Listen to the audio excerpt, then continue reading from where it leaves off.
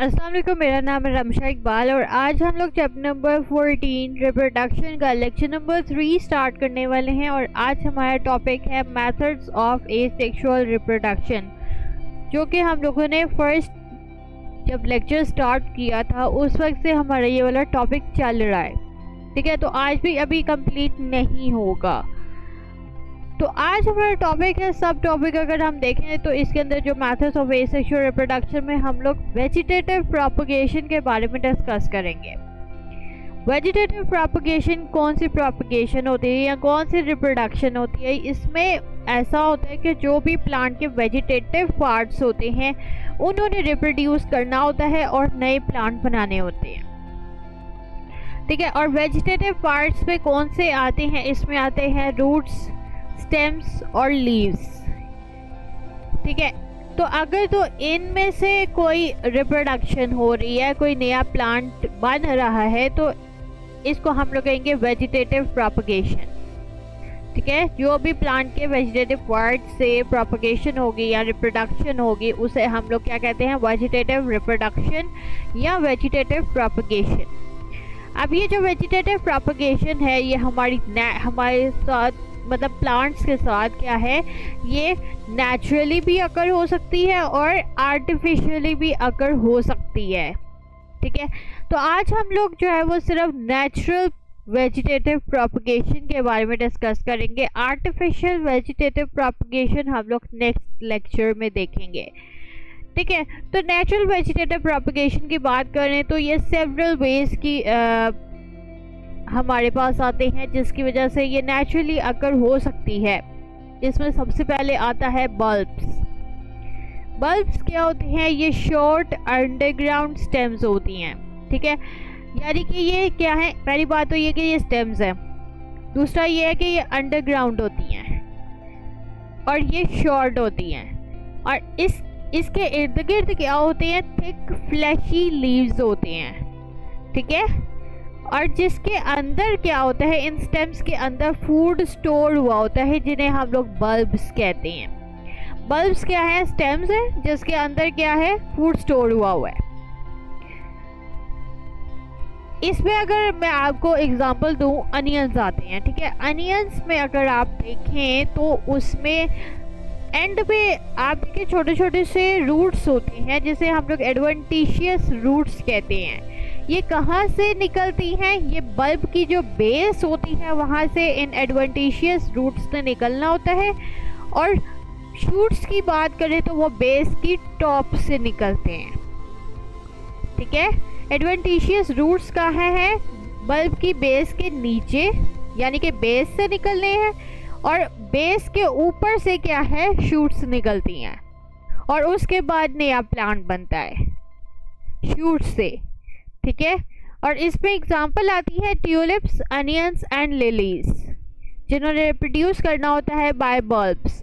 आपको इस टॉपिक की ज़्यादा अच्छे तरीके से समझ तब आएगी जब मैं आपको बुक से इनकी डायग्राम्स पढ़ाऊँगी, तो फिर आपको अच्छे तरीके से समझ में आ जाएगी।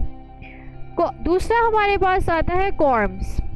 कॉर्म्स भी हमारे पास स्टेम्स होती हैं। अभी पहले बताया मैंने कि जो वेजिटेटिव प्रोपगेशन होती है वो वेजिटेटिव पार्ट्स की वजह से होती है रिप्रोडक्शन, तो ज़्यादातर इसमें जो है वो स्टेम्स से ही रिप्रोडक्शन होती है। तो कॉर्म्स भी अगर हम बात करें तो ये शॉर्ट होती है, अंडरग्राउंड स्टेम्स होती हैं, same like that of the bulbs, लेकिन ये थोड़ी स्वॉलन होती हैं, स्वेल हुई होती हैं, और जिसके अंदर क्या होता है, फूड स्टोर हुआ होता है। अब इसमें बड्स कहाँ पे प्रेजेंट होती हैं, कॉर्म की टॉप पे, वहाँ पे बड्स प्रेजेंट होगी। बड से क्या होगा, शूट निकलेगी, शूट से जो है वो नया प्लांट बनेगा। और इसमें एग्जांपल आती है डशीन और गार्लिक। ठीक है, तीसरा हमारे पास आता है राइजोम्स। राइजोम्स क्या होती हैं, ये भी अंडरग्राउंड स्टेम्स होती हैं। तो अभी तक हम लोगों ने जितनी देखी हैं वो क्या है, स्टेम्स ही हैं जिन्होंने रिप्रोडक्शन करनी होती है। इनकी स्टेम्स किस तरह से होती हैं, ये हॉरिजॉन्टल होती हैं। ठीक है, और इसमें लीव्स कौन से होते हैं, स्केल लीव्स होती हैं। ठीक है, वो जब आपको मैं डायग्राम से पढ़ाऊंगी तो फिर आपको पता लग जाएगा कि किस तरह के इनके लीव्स होते हैं। अच्छा, ये इसके अंदर क्या होते हैं, कुछ पोर्शंस होते हैं, एनलार्ज्ड पोर्शंस होते हैं, बड़े बड़े पोर्शंस होते हैं जिसे हम लोग नोड्स कहते हैं। और उन नोड्स में क्या होते हैं, बर्ड्स प्रेजेंट होते हैं।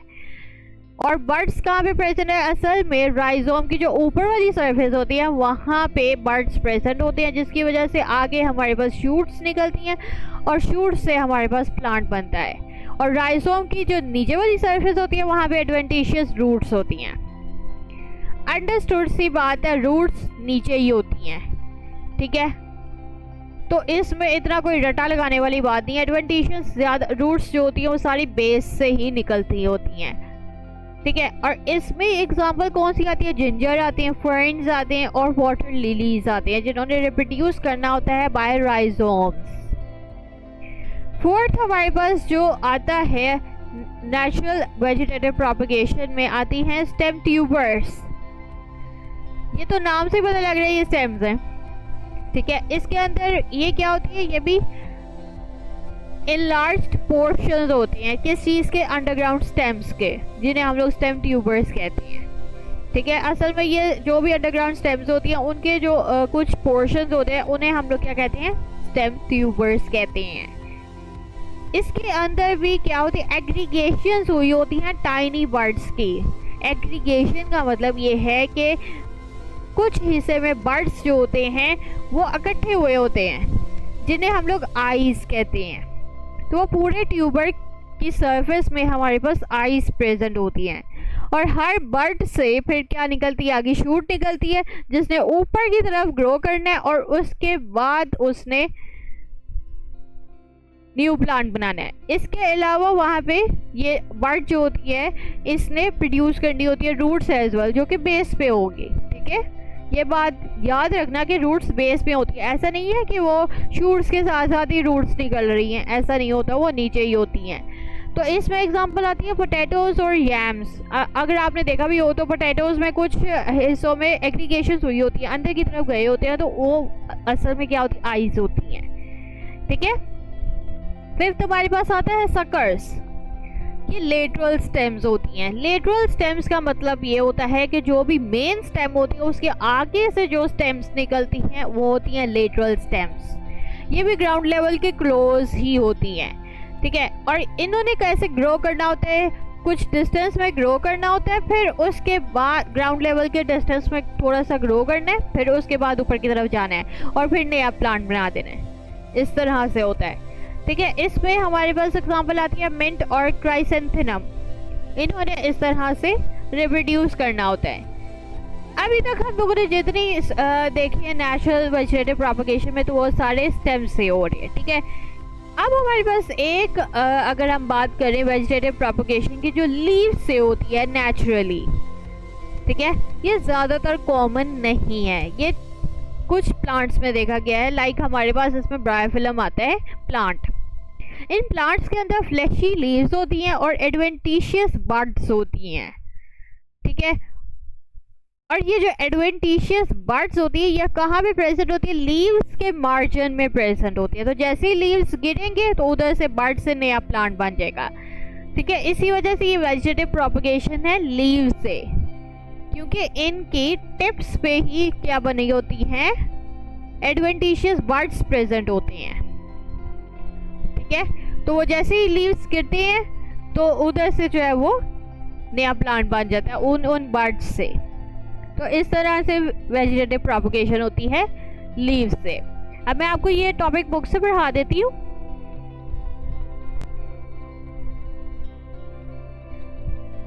यहाँ से आज हम लोगों ने स्टार्ट की है। सबसे पहले वेजिटेटिव प्रोपगेशन के बारे में स्टडी की है, ठीक है। जो vegetative parts of the plants की वजह से जो भी रिप्रोडक्शन होती है उसे हम लोग वेजिटेटिव प्रोपगेशन या रिप्रोडक्शन कहते हैं, ठीक है। उसके बाद हमने हर एक के बारे में डिस्कस किया। सबसे पहले यहाँ पे डायग्राम आती है राइजोम ऑफ द जिंजर। मैंने आपको बताया था इनके ऊपर कुछ नोड्स प्रेजेंट होते हैं। ये जो नोड्स हैं इनके ऊपर बड्स प्रेजेंट होते हैं। बड्स से क्या निकलते हैं, फिर शूट्स निकलती हैं। और ये हमारे पास इसकी स्केल लीव्स होते हैं, ठीक है। और ये नीचे एडवेंटिशियस रूट्स है जो कि बेस से निकलती हैं। कॉर्म की बात करें, कॉर्म में भी हमारे पास नोड्स प्रेजेंट होते हैं। स्केल लीफ इस तरह के इसके होती हैं। ये हमारे पास अंडरग्राउंड स्टेम्स होती हैं, ठीक है, और ये थोड़ी सी स्वोलन हुई होती है, इसलिए ये कॉर्म्स हैं, और साथ में ये डॉटर कॉर्म्स है और नीचे एडवेंटिशियस रूट्स निकलती हैं।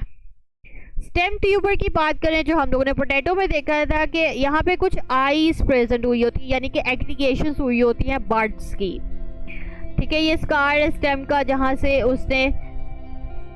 उसकी ग्रोथ होती है स्टेम की। ठीक है, इसके अलावा ये स्कार है स्केल लीफ का, इधर से स्केल लीव्स निकलते हैं, और ये जर्मिनेशन हुई है आई बर्ड की। ठीक है, वहाँ से भी उसकी भी आगे जर्मिनेशन स्टार्ट हो गई है, जहाँ जहाँ पे आईज होती हैं। ये हमारे पास है बल्ब अनियन का, बल्ब्स जो हम लोगों ने सबसे पहले डिस्कस किए थे। ये पूरा एक बल्ब होता है, इसके अंदर ये फ्लैशी स्केल लीव्स ये वाले होती हैं, और नीचे इसके निकलेंगे एडवेंटिशियस रूट्स। साथ में ये एक्सिलरी बर्ड्स भी इसके अंदर इस तरह की शेप के प्रेजेंट होते हैं। ये दरमियान में जो है वो एपिकल बर्ड होता है, ये दरमियान में एपिकल बर्ड है, फिर एक्सिलरी बर्ड है, और ये बेस है जहाँ से एडवेंटिशियस रूट्स निकलेंगी, और ये पूरा एक बल्ब है। ठीक है, इस तरह से हमारे पास ये नेचुरल वेजिटेटिव प्रोपगेशन होती है, और आर्टिफिशियल वेजिटेटिव प्रोपगेशन ये हम लोग नेक्स्ट लेक्चर में स्टडी करेंगे। और ये जो हम लोगों ने टॉपिक स्टडी किया है, ज़्यादातर इम्पोर्टेंट शॉर्ट क्वेश्चंस और एमसीक्यूज के लिए आता है, इतना इम्पोर्टेंट लॉन्ग क्वेश्चन नहीं है। लेकिन लॉन्ग क्वेश्चन में भी आ सकता है, लेकिन ऑटोमेटिकली जब आप शॉर्ट क्वेश्चंस के लिए प्रिपेयर करेंगे, 3-3 तो लाइंस है, ये आपको सारी ऐसे ही प्रिपेयर करनी पड़ेंगी, तो ऑटोमेटिकली आपका लॉन्ग क्वेश्चन भी प्रिपेयर हो जाएगा। ठीक है, अगर लॉन्ग क्वेश्चन में आएगा तो फिर ऐसे आएगा कि नेचुरल और आर्टिफिशियल दोनों वेजिटेटिव प्रोपगेशंस बताएं कि एसेक्सुअली रिप्रोडक्शन किस तरह से होती है, तो इस तरह से लॉन्ग क्वेश्चन आएगा। ठीक है, और वैसे ओवरऑल ये टॉपिक आपने शॉर्ट क्वेश्चंस और एमसीक्यूज के लिए याद करना है। ये पूरा टॉपिक आपको एज इट इज़ याद करना पड़ेगा, इसमें कोई कंसेप्ट नहीं है, ये आपको एज इट इज़ रट्टा ही लगाना पड़ेगा। ठीक है, तो अगर आपको वीडियो पसंद आई है तो लाइक करें, शेयर करें, सब्सक्राइब करें। लिंक आपको नोट्स का डिस्क्रिप्शन में मिल जाएगा, साथ में एक और लिंक दिया हुआ है जो कि फुल बुक है, अगर आपने वहाँ से स्टडी करना है तो आप वहाँ से भी कर सकते हैं। तो आज के लिए इतना ही, अल्लाह हाफिज़।